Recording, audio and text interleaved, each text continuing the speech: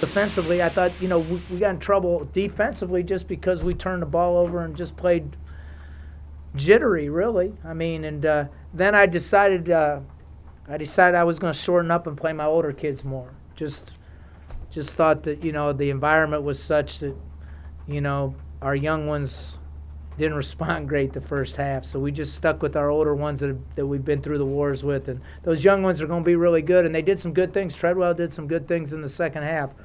But I just decided that I was going to keep it simple, really. And, we got terrific play from our point guard. He was terrific. Probably the best defensive game he's played, ran the show for us, made some big plays for us. And then our big man dominated the action in the paint. As simple as that. I mean, without him, we had trouble stopping him, but with him, we could guard him. Coach, you guys held Justin Green scoreless 28 minutes throughout the game for the first 28 minutes. What did you guys do on 44. Nothing special. 44 is 7 foot with a 7'5" wingspan. And when he plays disciplined, it's hard for any human being to get it up over him. Simple as that. It looked early on when he was going to Great coaching.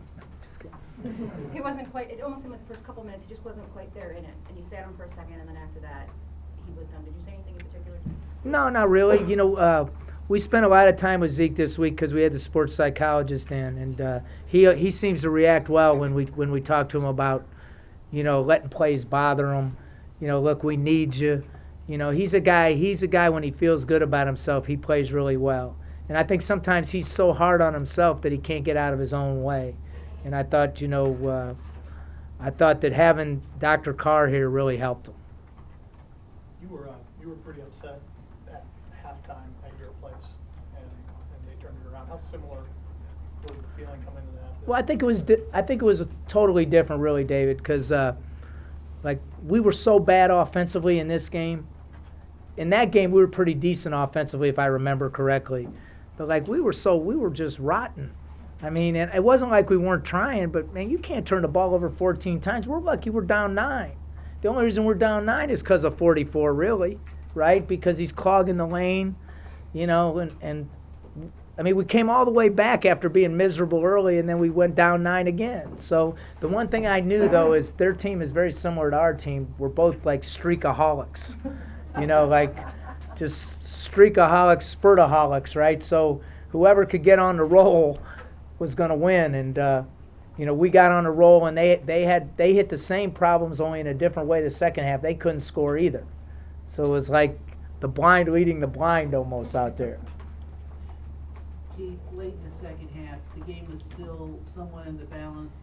Chauncey hit a big 3, came back with a 2 off the next possession. Can you talk about his play overall and in the final moments? Well, I thought he did a good job on Guyton. I thought that was key. Again, with a lot of help from Zeke.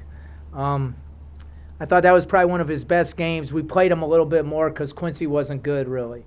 But I like Chauncey because he's had to earn everything he got this year. I haven't given him an inch. I've threatened him every step of the way. You want to play, you're going to do it my way. And, he's a guy that averaged 13 points a game at UMBC but came here because he wanted to win. And so I'm happy for him that he got to win a championship because he's had to earn his minutes every step of the way. So I thought he was really good. And I think the little guy was really good. I mean, he made some gutsy plays when it mattered. That pass he threw up over the top to Zeke, and then the alley-oop he threw to Chauncey were gutsy plays. But at least if he was going down, he was going down his way. So you got to give him credit for that. Did you give him a challenge to Parini, because Parini started off very hot, and it seemed like Alex really shut and your guards really shut him down. Can you talk about that? Well, I thought Parini got a few in transition when we turned it over, and then he back cut Alex once. And Parini's a tough, winning guy. I love their kids. I think this is one of the best groups they've had as far as just the kids in their program. I felt bad for Parini, Justin Green. I love Guyton. Those are Randall. They're good kids. I like them. And I'm probably closer to that group than any group that they've ever had here for whatever reason. I don't know whether I'm mellowing or they're mellowing, but I have a lot of respect for those guys. I really do. And Justin Green, to go out there, you can tell he's hurt, but he's just battling to try to help his team win. You got to give him a lot of credit. What have you thought about how you're going to approach this week since you don't play for 7 days? Well, it's hard. it's hard. I talked to Shaka a little bit because he had the similar situation in the CAA, and so, I mean, he did a pretty good job last year. So I think I'm gonna trust what he says a little bit. So we're gonna probably take a day off, take another day where we just do a little skill work and shoot, and then try to get back to the grind of it a little. We'll probably play a little bit, try to keep it simple and hard. And I've never been through it really. I don't really like it. I'm a kind of guy that likes to play really.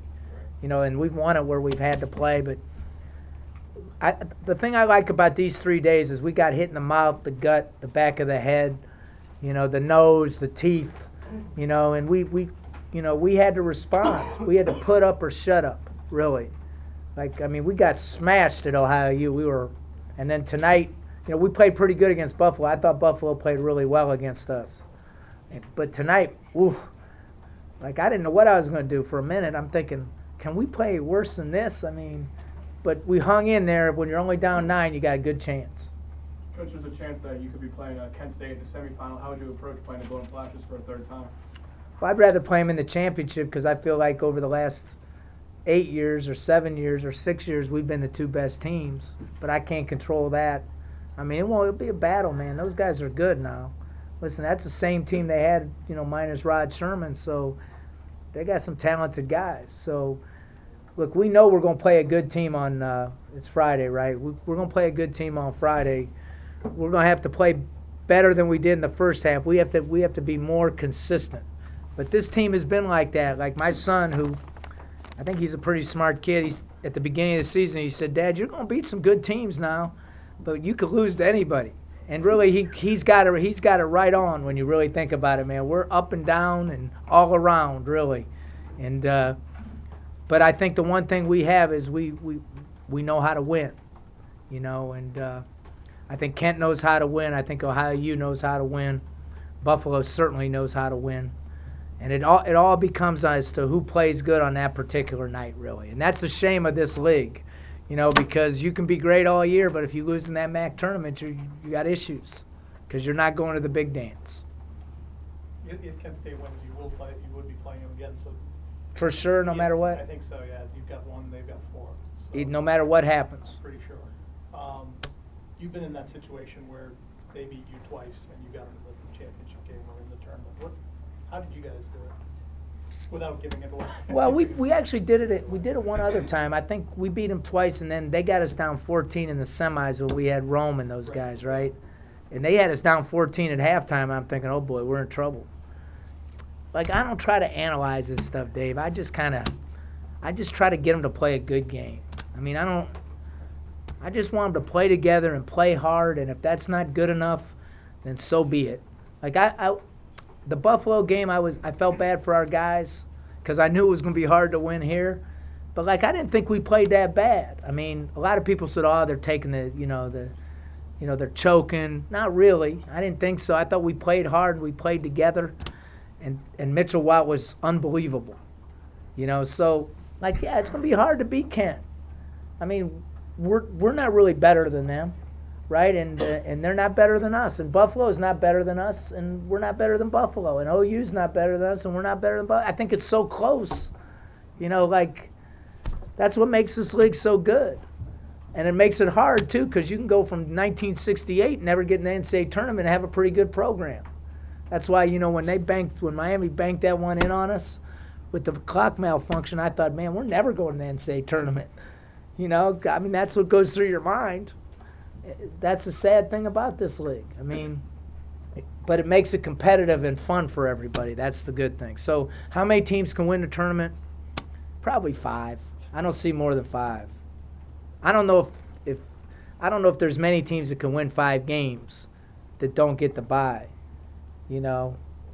But I know Kent can win it. I know Buffalo can win it. I know Ohio U can win it, and maybe Bowling Green, maybe, I don't know, maybe Western Michigan, I don't know. It's hard to say. If somebody gets hot, anything can happen. Look at Shaka's team last year. They limped into this thing. 4 out of 5 they lost in the regular season, then go to the Final Four, so who in the hell knows? Anything else? We're going to cut the nets down in Akron, so if you want to come, you're more than welcome.